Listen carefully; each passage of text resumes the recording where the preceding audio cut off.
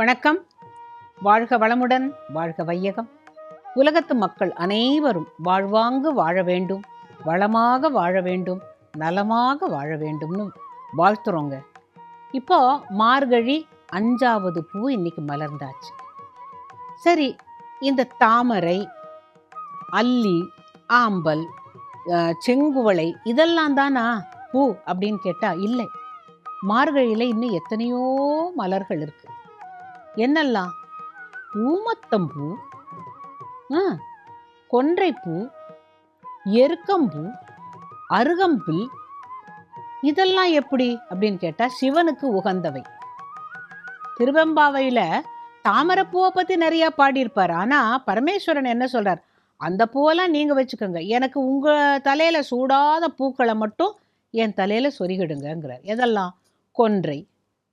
கொன்றைப்பூ நம்ம தலையில வச்சுக்க மாட்டோம், எருக்கம்பூ வச்சுக்க மாட்டோம். ஸோ வெள்ளெருக்கு விரவும் சடை, அந்த மாதிரி ஆத்தி மலர்களெல்லாம் அவர் சொருகி வச்சுட்டு இருக்காரா. ஆனால் கண்ணன் என்ன பண்ணுறான் தெரியுமா? இதே மாதிரி நாம சூடாத பூவெல்லாம் கூட கண்ணன் சூடிக்கிட்டான். அவனுக்கு வனமாலி அப்படின்னு ஒரு பேர் உண்டு. இந்த மார்கழி பூக்களில் ஏன் சொல்கிறேன்னா, பூக்களை பற்றி பேசுகிற பொழுது வனமாலின்னு பேர். ஏன் வனமாலி அப்படின்னு கேட்டால், வனம் அப்படின்னாக்கா காடு. மாடு மேய்க்கிறதுக்கு போகிறான் இல்லையா, போகிற இடத்துல ஒரு இடத்துல உட்காந்துப்பானான். இவன் பாட்டு புல்லாங்குழல் வாசிக்கும் பொழுது இந்த ஃப்ரெண்ட்ஸ்டெல்லாம் சொல்லுவான, டேய் தோழர்களே, நீங்கள்லாம் போய் மெல்லிசாக இருக்கிற கொடி அதில் என்னெல்லாம் பூ இருக்கோ அத்தனை பூவையும் மாலையாக கட்டி எடுத்துகிட்டு வாங்கடா அப்படின்னு சொல்லுவானான். அப்போ இந்த குழந்தைகள்லாம் போய் நாம் சூடாத மலர்கள், காட்டுப்பூன்னு சொல்லுவோம். சில சமயம் நம்ம அது காட்டுப்பூ சுவாமிக்கு போடக்கூடாது, துளசி தான் போடணும், வில்வம் தான் போடணும்னு சொல்கிறாங்கல்ல. இந்த காட்டுப்பூக்களெல்லாம் ஆசையாக கட்டி கொண்டு வருவதை இந்த குழந்தை கண்ணன் போட்டுப்பானான். ஒரு முறை ஒரு நண்பன் கேட்குறான், ஏன் உங்கள் வீட்டில் உங்கள் அம்மா ஜாதி பூவில் அழகாக கட்டி உனக்கு கொண்டை போட்டு குழல் வாரி அதிலெல்லாம் வைக்கிறாளேன? அது அவளோட ஆசைக்கு, இது இந்த பூவோட ஆசைக்கு அப்படின்னு சொன்னானான். இந்த பூவோட ஆசை அப்படின்னா, இந்த பூக்களெல்லாம் இப்போ எப்படி மனிதன் ஒரு 100 ஆண்டு காலம் வாழ்ந்து காணாமல் போயிடுறான். ஆனால் இந்த மலருக்கு பிறவி எத்தனை நாள்? ஒரே நாள். காலையில் பூக்கிறது, சாயங்காலம் ஆச்சுன்னு வாடிடுறது, அவ்வளோதான் அதோட ஆயுஸ். அதுக்குள்ள ஒரு பூவும் நினைக்குமா, கண்ணன் காட்டுக்கு வரானே, நான் பிறந்த பிறவி பயன் எனக்கு வேண்டாமா, புல்லாய் பிறவி தர வேணும்னு கூட பாடுவாங்க இல்லையா. நான் ஒரு பூவா, காட்டு பூவா பூத்து அங்கே கண்ணன் வந்து அவன் மேனியில் அந்த பூவை சூடி கொண்டால் நான் எனக்கு பிறவி கிடையாது அப்படின்னு பூக்கள் நினைக்கும். அதனால தான் நான் இந்த காட்டு பூவெல்லாம் போட்டுக்கிறேன். போட்டுக்கொண்டு அதை அப்படியே கேட்டுட மாட்டான். சாயங்கால வேளையில் கண்ணன் வருவதை காலி பின்னே, அப்படின்னா காலின்னா பசுக்கூட்டங்களுக்கு பின்னால் அவன் வரான். எப்படி வரான்? சாயங்கால வேளையில் அந்த எந்த மாடு மேய்க்கிற கோல் எடுத்துன்னு போனானோ அதை தோளில் இப்படி வச்சுண்டு, இப்படி கையை தொங்க போட்டுண்டு, புல்லாங்குழலை இடுப்பில் சொருகிண்டு அவன் வரும்பொழுது அத்தனை பேரும் வீட்டு வாசலில் நின்று அந்த அழகை பார்ப்பாங்களாம். கோதூளி வேலை அப்படின்னா, இந்த பசு மாடெல்லாம் வரப்போது ஒரு மாதிரி சுதி இல்லாத ஒரு மணி சத்தம் கேட்கும், பார்த்துருக்கீங்களா? டோங் டோங் டோங் டோங்னு அது ஏதோ ஒரு மாதிரி இருக்கும். அந்த மணி சத்தம் கேட்டு பின்னால் இவனை பார்க்குற பொழுது, இந்த பசுமாடுகள் வருகின்ற பொழுது ஒரு புழுதி கிளம்பும். அதுதான் கோதூளி நேரம். அந்த பசுமாடு வருகின்ற பொழுது அந்த மணல் தூள் அப்படியே மேலே வர்றது இருக்கே, அது ரொம்ப அழகாக இருக்கும். அது அவன் மேனியில் பளபளன்னு இருக்குமா. அவன் போட்டுன்னு இருக்கிற வனமாலை ரொம்ப எல்லாராலும் பாராட்டப்படும். அப்போ ஒரே ஒரு நாள் ஆயுசு உள்ள அந்த காட்டு பூக்களுக்கு எவ்வளவு பாக்கியம். யசோதை கேட்பாளாம், ஏண்டா கிருஷ்ணா, எதுக்குடா இந்த காட்டுப்பூவெல்லாம் போட்டுக்கிறேன்னு? ஏம்மா நீ வந்து ஜாதி பூ சூட்டி விடுற, சண்பகப்பூவெல்லாம் சூட்டி விடுற, அந்த பூவும் எனக்கு பிடிக்கும். அதனால தான் அவனுக்கு பேர் வனமாலி. காட்டில் உள்ள மலர்களையும் விரும்பி அணிபவன். இதுக்கு உள்ள ஒரு அர்த்தம் இருக்கு. நாம எல்லாரும் ரிஃபைன்டு இல்லை, அதாவது பக்திமான்களை மட்டுமே அவன் ஆசிரியிப்பான் அப்படிங்கிறது இல்லை. நமக்கெல்லாம் என்ன பக்தி? பாமர பக்தி. இதோ கிருஷ்ணா, இதோ வெண்ணெய் வச்சுருக்கேன், இதோ அவல் வச்சுருக்கேன், என்னால் இவ்வளோதான் முடியும், எனக்கு அக்கார அடிச்சல் பண்ணணும், ஆனால் இதுதான் உனக்குனாலும் அதையும் ஏற்றுக்கிறான் இல்லையா? அதனால தான் வனமாலிங்கிற பேர் கண்ணனுக்கு ரொம்ப சிறப்பு. இந்த பாசுரங்கள் பார்க்குற பொழுது அவள் ஒரு ஒரு கதையாக சொல்கிறான்னு சொன்னேன் இல்லையா? அவள் எத்தனை கதைகளை சொல்கிறா. நப்பின்னையை பற்றி ஒரு அழகான ஒரு பாசுரம். நப்பின்னைங்கிறது யாரு? கண்ணனுடைய மனைவி, மாமன் மகள். அவள் அந்த எருதை அடக்கி அவளை திருமணம் செய்து கொண்டான். இன்னைக்கு நம்ம சொல்கிறோமே ஜல்லிக்கட்டு, அன்னைக்கே கண்ணன் பண்ணியிருக்கான். 7 எருதுகளை அடக்கி அதற்காக மாமன் மகளை திருமணம் செய்து கொண்டான். நப்பின்னை, நல் பின்னைன்னு அர்த்தம். அந்த அந்த வார்த்தைக்கு என்ன அர்த்தம்னா நல், நல்ல, அழகிய, பின்னை, பின்னால் பிறந்தவள். யாருக்கு பின்னால பிறந்தவள்? பார்க்கடல் கடையிற பொழுது முதல்ல ஒரு பெண்மணி வந்தா. அவள் பேர் ஜேஷ்டா. அப்படின்னா அவள் மூத்த தேவி. அதை நீங்கள் நம்ம திட்டுவோம், மூதேவி அப்படின்னு திட்டுறோம்ல. மூத்த தேவி இவ ஸ்ரீதேவி, பின்னால் வந்தவள், நல் பின்னை, நல்லவள். அவளும் நல்லவ தான். ஆனால் அவள் பார்ப்பதற்கு அவ்வளவு நன்றாக இருக்க மாட்டாள். காரணம் வறுமையின் உருவம். ஒரு வணிகர் இருந்தாராம். அந்த வணிகர் என்ன பண்ணாராம், லக்ஷ்மி நீ என் வீட்டுக்கு வரணும், என் வீட்டுக்கு வரணும், என் வீட்டிலையே இருக்கணும் அப்படின்னு வேண்டின்றாராம். அப்போ லக்ஷ்மி சொன்னாலாம், அக்கா நம்ம 2 பேரும் அவர் வீட்டுக்கு போகலாம், அவர் யாரை கூப்பிடுறாரோ அங்கே போயிடலாம் அக்கா அப்படின்னு சொன்னாலாம். எனக்கு இந்த கதை ஏன் நான் உங்களோட பகிர்ந்துக்கிறேன்னாக்க, இந்த ஸ்ரீதேவி மூதேவின்னு சொல்கிறோமே, அவளை எவ்வளவு ஜாக்கிரதையாக நாம் வச்சுக்கணும் அப்படிங்கிறதுக்காக. அந்த வணிகன் வீட்டுக்கு போய் கதவை தட்டியிருக்கா. வணிகன் அப்போ தான் லக்ஷ்மி பூஜை பண்ணிட்டு கதவை திறந்தா 2 பேரும் நிற்கிறா. 2 பேரும் அப்படியே தெய்வ உருவாக இருக்கா. அம்மா வாங்கோ அப்படின்ன பொழுது லக்ஷ்மி சொல்கிறா, எங்கள் 2 பேரில் யார் ரொம்ப அழகு, நீ அதை கரெக்டாக சொல்லு, அப்போ தான் நாங்கள் உள்ளே வருவோம். அவன் பார்த்தான்.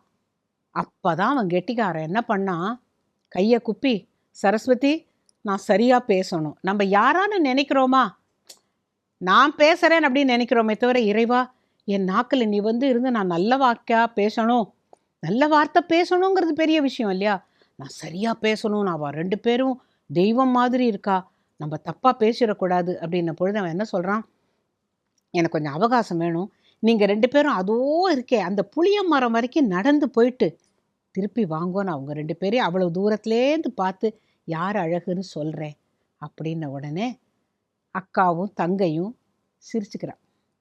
சரி வா நம்ம 2 பேரும் போகலாம். 2 பேரும் போயிட்டு புளிய மரத்து வரைக்கும் போயிட்டு 2 பேர் திரும்பி வந்த உடனே அந்த வணிகன் நாக்கில் சரஸ்வதி இருந்தா.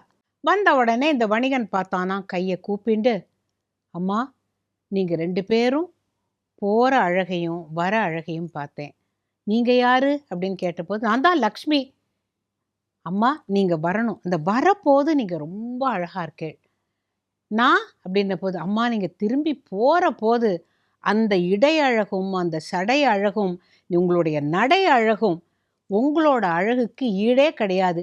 நீங்கள் போக போக போக போக நான் உங்களை பார்த்துக்கிட்டே இருக்கலாம் போல இருக்கு, அவ்வளவு அழகாக நீங்கள் நடக்கிறேன்னு உடனே சரி நான் போகிறேன் அப்படின்ன பொழுது லக்ஷ்மி சொன்னாலாம், அக்கா நீ நானும் ஒரே இடத்துல தான் இருக்கணும், எனக்கு என்னைக்கு மரியாதை குறையிறதோ அன்னைக்கு நீ உள்ளே வந்துடு, ஆனால் நீ அங்கேயே இரு, எங்கேயும் போயிடாத அப்படின்னு சொன்னாலாம். உங்களுக்கு இது என்ன புரிஞ்சுது? போகின்றவள் வறுமை போக வேண்டும், லக்ஷ்மி வர வேண்டும். அதை எவ்வளவு சாமர்த்தியமாக இவன் சொன்னான், நீ போகிற போது அழகாக இருக்கன்னு உடனே. அப்போ நீங்கள் வடநாட்டிலெல்லாம் பார்த்தீங்கன்னாக்கா லக்ஷ்மிக்கு பக்கத்தில் கீழே ஒரு ஆந்தை ஒரு வடிவம் வச்சுருப்பாங்க. ரொம்ப பேர் கேட்பாங்க, என்ன லக்ஷ்மிக்கு என்ன வாகனம் ஆந்தையான்னுட்டு. இல்லை, அதுதான் அக்காள், இவள் தங்கை. எங்கே லக்ஷ்மிக்கு மரியாதை குறைகிறதோ அங்கே வறுமை வந்து விடும். ஆகையினால தான் நம்ம அந்த குப்பையை பெருக்கி கதவு கிட்ட வைக்காத, படிக்கட்டில் உட்காராதன்னு சில வேண்டாத விஷயங்கள் சொல்லுவாங்க தெரியுமா? எதுக்கு அப்படின்னு கேட்டால், வறுமை வியாதி இதெல்லாம் வரக்கூடாது, லக்ஷ்மி மட்டும் நிறைஞ்சு இருக்கணும் அப்படிங்கிறதுக்காக தான் இந்த கதையை சொல்லுவாங்க. ஆக போகின்ற லக்ஷ்மி லக்ஷ்மி, இவள் லக்ஷ்மி, இவள் வரலக்ஷ்மி, அவள் போற லக்ஷ்மி, 2 பேரும் லக்ஷ்மி தான். பார்க்கடலில் உதித்தவர்கள், பின்னால் உதித்தவள், அதனால நல் பின்னை நப்பின்னை. சரியா? மத்தியானத்தில் என்ன பண்ணுவோம், இந்த பூ தொடுப்போம்னு சொன்னேன் இல்லையா, அப்போது ஜாதி பூவோட மறுக்கொழுந்துன்னு ஒன்று கிடைக்கும், பச்சையாக இருக்கும். இந்த மாதிரி வாசனையான விஷயங்கள் இப்போல்லாம் பேரே தெரியலையே. மரு, தவனம், முல்லை, மல்லி, நித்தியமல்லி, எவ்வளவு இருக்குது தெரியுமா? இதெல்லாம் ஒன்று ஒன்றுக்கும் பேர் தெரிஞ்சுக்கணும். இருவாட்சி சின்னதாக இருக்கும், அது முல்லை, இப்படி எல்லாம் இருக்கும். இப்படி தொடுத்துன்னு இருக்கிற பொழுது அது பார், கை தொடுக்கணும், வாய் நான் சொல்கிறத திருப்பி சொல்லணும், காது கேட்கணும் அப்படிம்பாங்க. இப்போ நம்ம மல்டி டாஸ்கிங் அப்படிங்கிறோமே, காதில் ஏதோ பாட்டு கேட்டுன்னு இருக்கோம், கையில் ஏதோ வேலை பார்த்துன்னு இருக்கோம், மூளை வேற எங்கேயோ இருக்குது. இதுக்கெல்லாம் பழக்கம் வேணும். அப்போ அவங்க என்ன சொல்லி தருவாங்கன்னா, ஆண்டாளுடைய தனியன். எந்த ஒரு பாசுரம் அனுசந்தானிக்கிறதுக்கு முன்னாலையும் முதல்ல பாட வேண்டியது அவளை பற்றி, இந்த ஆண்டாளை பற்றி பாடுற பாட்டு அன்ன வயல் புதுவை ஆண்டாளரங்கற்கு பன்னு திருப்பாவை பல்பதியம் இன்னிசையால் பாடி கொடுத்தாள் நற்பாமாலை பூமாலை சூடி கொடுத்தாளை சொல்லு. ஒவ்வொரு வரியும் சொல்ல சொல்ல சொல்ல சொல்ல நாங்கள் சொல்லுவோம், இந்த பாமாலை பூமாலை, இந்த பூமாலை தொடுக்கிறது பெரிய விஷயம்.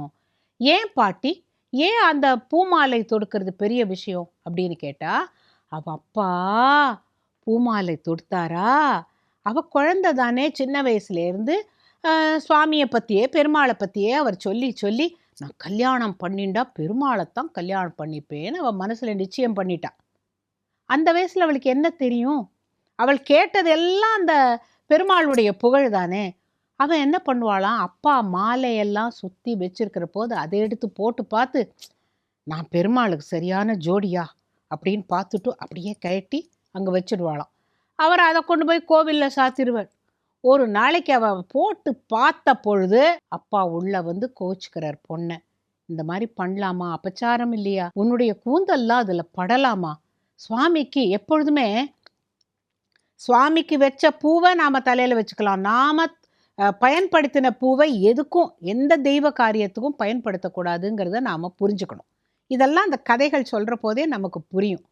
இப்போது அந்த மாலையை அவள் போட்டுன்னு இருக்கிற பொழுது, அந்த மாலையை அவள் போட்டு அழகா இருக்கேனா அப்படின்னு பார்த்த பொழுது, அவர் பார்த்ததுனால அன்னைக்கு கோவிச்சுண்டு அப்படியே குப்புறப்படுத்துன்னு அழுதுண்டே தூங்கின பொழுது, அவருடைய கனவுல நீ வருத்தப்படாதே பெரியாழ்வாரே, விஷ்ணு சித்தரே, எமக்கு உகந்தது அவள் அணிந்த மாலை, சாதாரண பிறவி இல்லை, அவள் பூமி பிராட்டி, ஆகையினால நீ ஒன்றும் கவலைப்படாத, அவளை நாம் திருமணம் செய்வோம்ன பொழுது அலங்காரம் பண்ணி ஸ்ரீவில்லிபுத்தூர்லேருந்து முத்துப்பந்தல் போட்டு அவளை ஸ்ரீரங்கத்துக்கு அழைச்சிட்டு போனா, அவள் பல்லக்க விட்டு இறங்கினா நேர விடு விடு விடு விடு விடு நடந்து போய் அந்த நாக பரியங்கத்தை மிதித்து கொண்டு ஏறி காணாமல் போயிட்டா, இறைவனோடு கலந்துட்டா.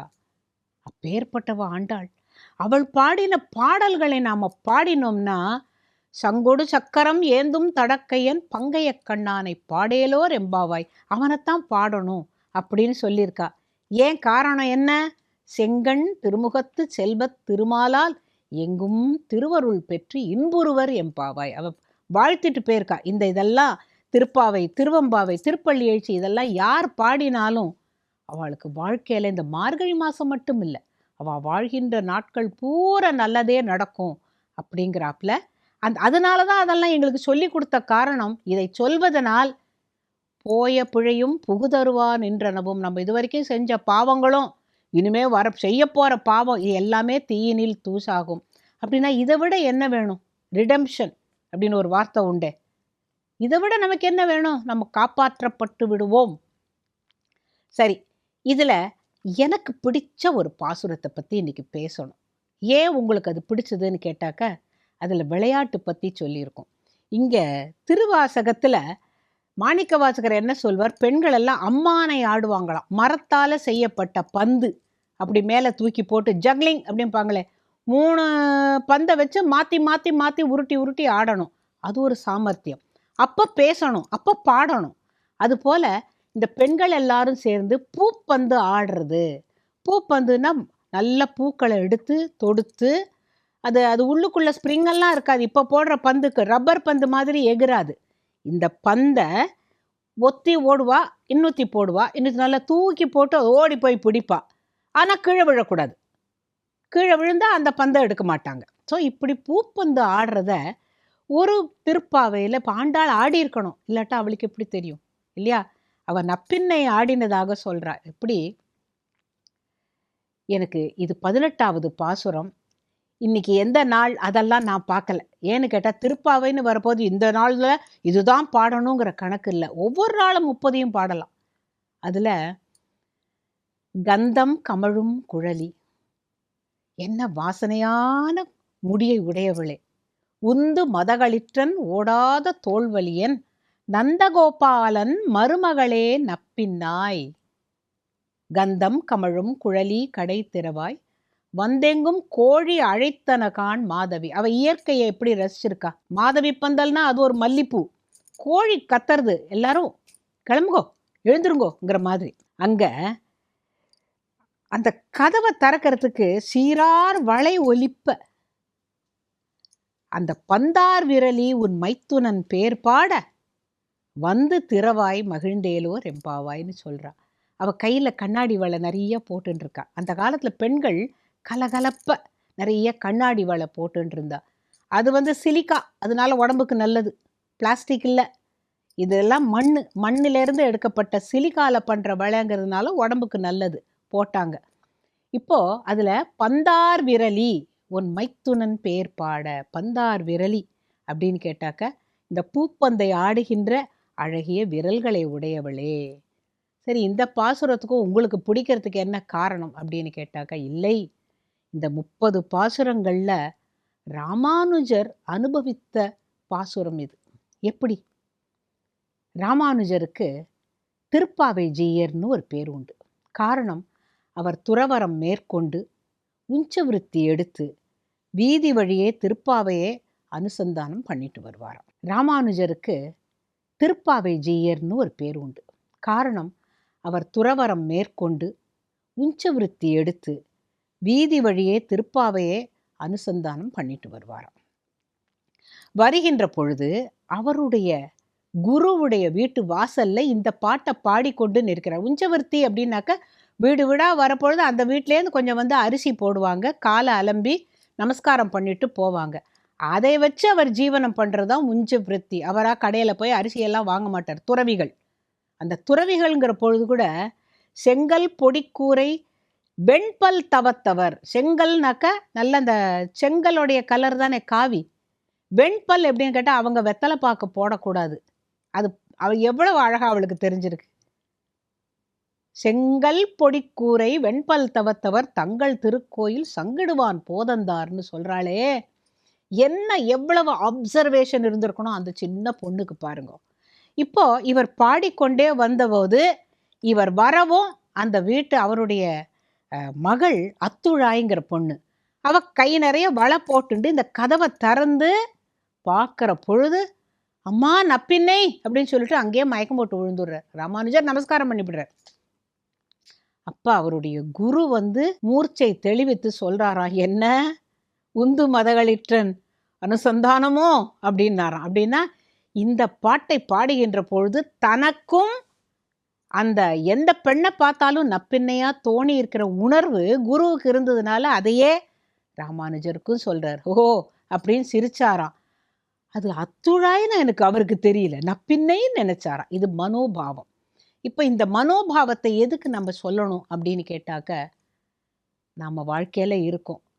இப்போ கண்ணன் நிஜமா காப்பாத்துவானா, அன்னைக்கு திரௌபதிக்கு ஏதோ காப்பாத்தினா நம்மளை காப்பாத்துவானா அப்படிங்கிற சந்தேகமே வேண்டாம். அது எத்தனை நூற்றாண்டா இருந்தாலும், இது என்ன அது 8ஆம் நூற்றாண்டு 9ஆம் நூற்றாண்டுல நடந்திருந்தாலும், இன்றைக்கும் நம்மையெல்லாம் காக்கின்றது இறைவன்.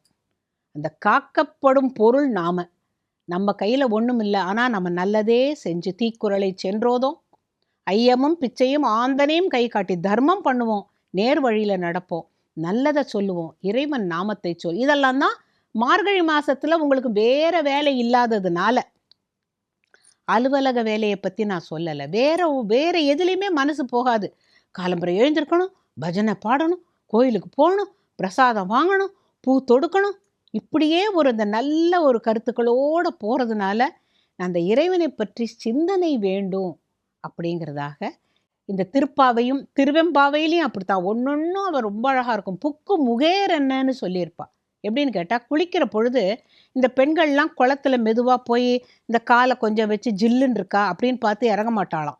கரையில இருந்து மொய்யார் தடம் பொய்கை புக்கு முகேர் என்ன. முகேர்ங்கிறது ஒலி குறிப்பு. எப்படின்னு கேட்டா, நம்ம எப்படி சொல்லுவோம், தடால்னு விழுந்தாமோ, அதில் விழற போது தடால்னா சத்தம் கேட்கும்.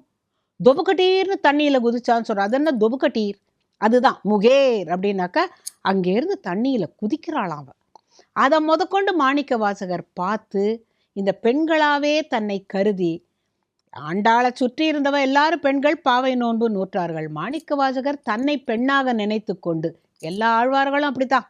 நாம் எல்லோரும் இந்த பிரகிருதி புருஷ தத்துவம்ங்கிறது அதுதான். நாம் எல்லோரும் பெண்கள், ஜீவாத்மாக்கள். பரம்பொருள் அவன் ஒருவனே அப்படிங்கிறத அழுத்தம் திருத்தமாக காட்டக்கூடிய மாதம் இந்த மார்கழி மாதம். இந்த மார்கழி பூக்கள்ங்கிறது நான் எதை சொல்கிறேன்னா, நல்ல உணர்வுகள். நாம் என்ன செய்யணும்? பக்தி என்னும் சரத்தில் நல்ல உணர்வுகள், நல்ல எண்ணங்கள், நல்ல செயல்கள் ஆகிய மலர்களை ஒன்றொன்னா தொடுத்து தொடுத்து தொடுத்து தொடுத்து கண்ணனுக்கு ஒரு வனமாலையாக சூட்டிடலாம். சரியா? இந்த மார்கழி மாதத்தில் இன்றைக்கு கோவிலில் என்ன பிரசாதம் அப்படின்னு நாங்கள்லாம் கொஞ்சம் ஆளாக பறந்த காலம் உண்டு. ஏன்னு கேட்டால், ஒரு நாளும் ஒரு ருச்சியாக இருக்கும். எள்ளோரை உளுந்தோரை அப்படின்னா, ஹோரை அப்படின்னாக்கா சாப்பாடு, சாதம் வடித்து எள்ளு சாதமும் உளுந்து சாதமும், உளுந்த ஊற வச்சு பண்ணுவா. அது ரொம்ப ஜோராக இருக்கும். வறுத்து பொடி பண்ணி, ஆஹா! எள்ளோரை உளுந்தோரை இன்னைக்கு பிரசாதம். அதை தான் தரிசனம் பண்ண போகிறோம். வாங்கோ.